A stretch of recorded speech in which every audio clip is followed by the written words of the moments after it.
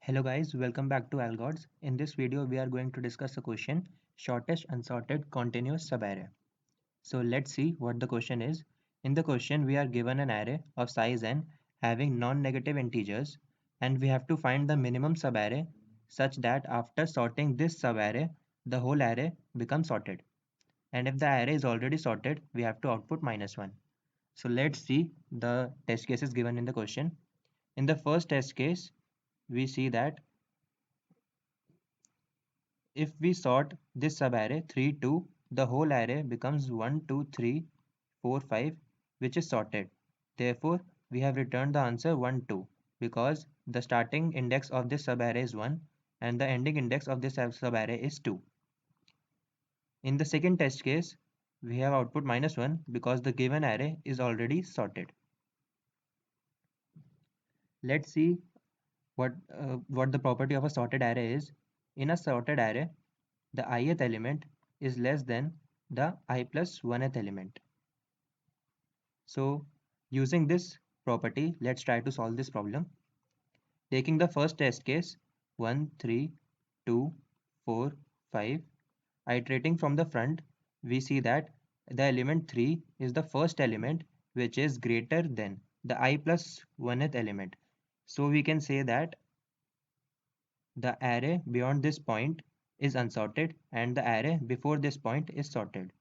So this is sorted and this is unsorted. And if we see from the back side,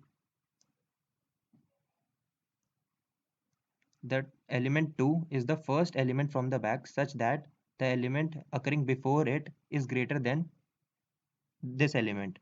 So we can say that the array before this point is unsorted and the array after this point is sorted.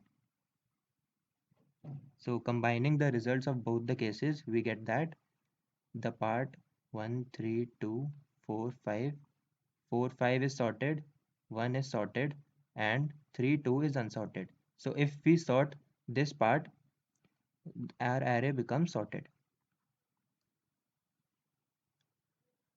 Okay, so we have seen that if we find the first index where the condition of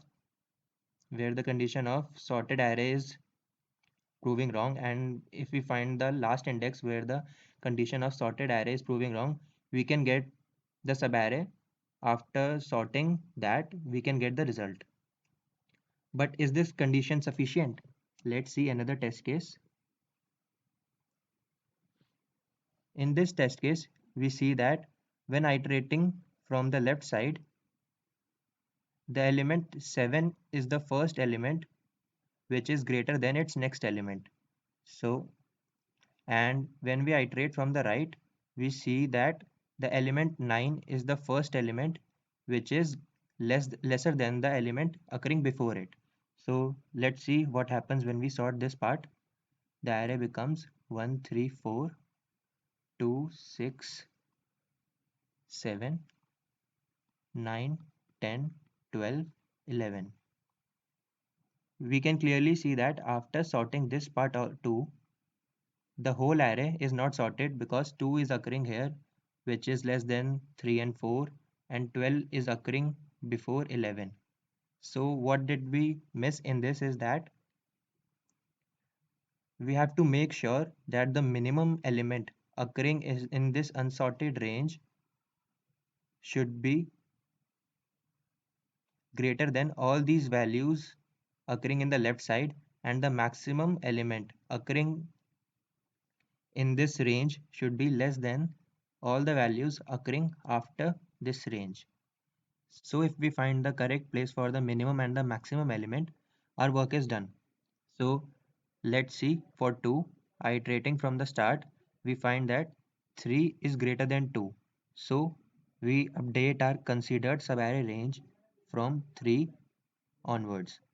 And for the maximum element, we iterate from the right and we find that 11 is less than 12.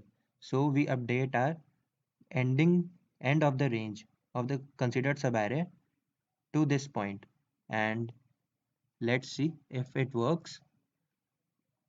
our array after sorting becomes 1, 2, 3, 4, 6, 7, 9, 10, 11, 12.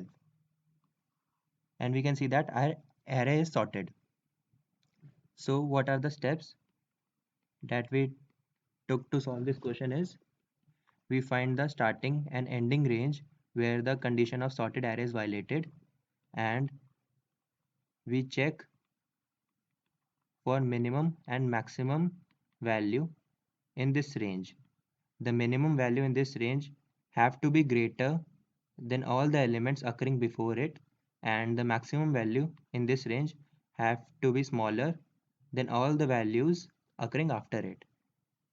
And if we have to update our considered range, we update it and we got our answer.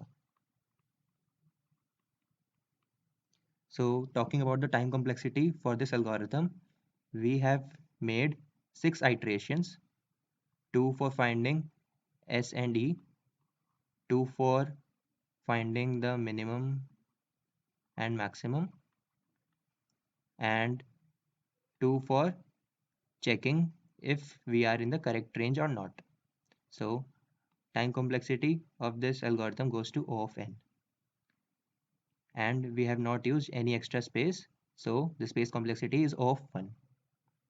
I hope you have understood this question. If you have any doubts, do ask them in the comment section. And don't forget to like, subscribe, and share our channel, Algots. Thank you.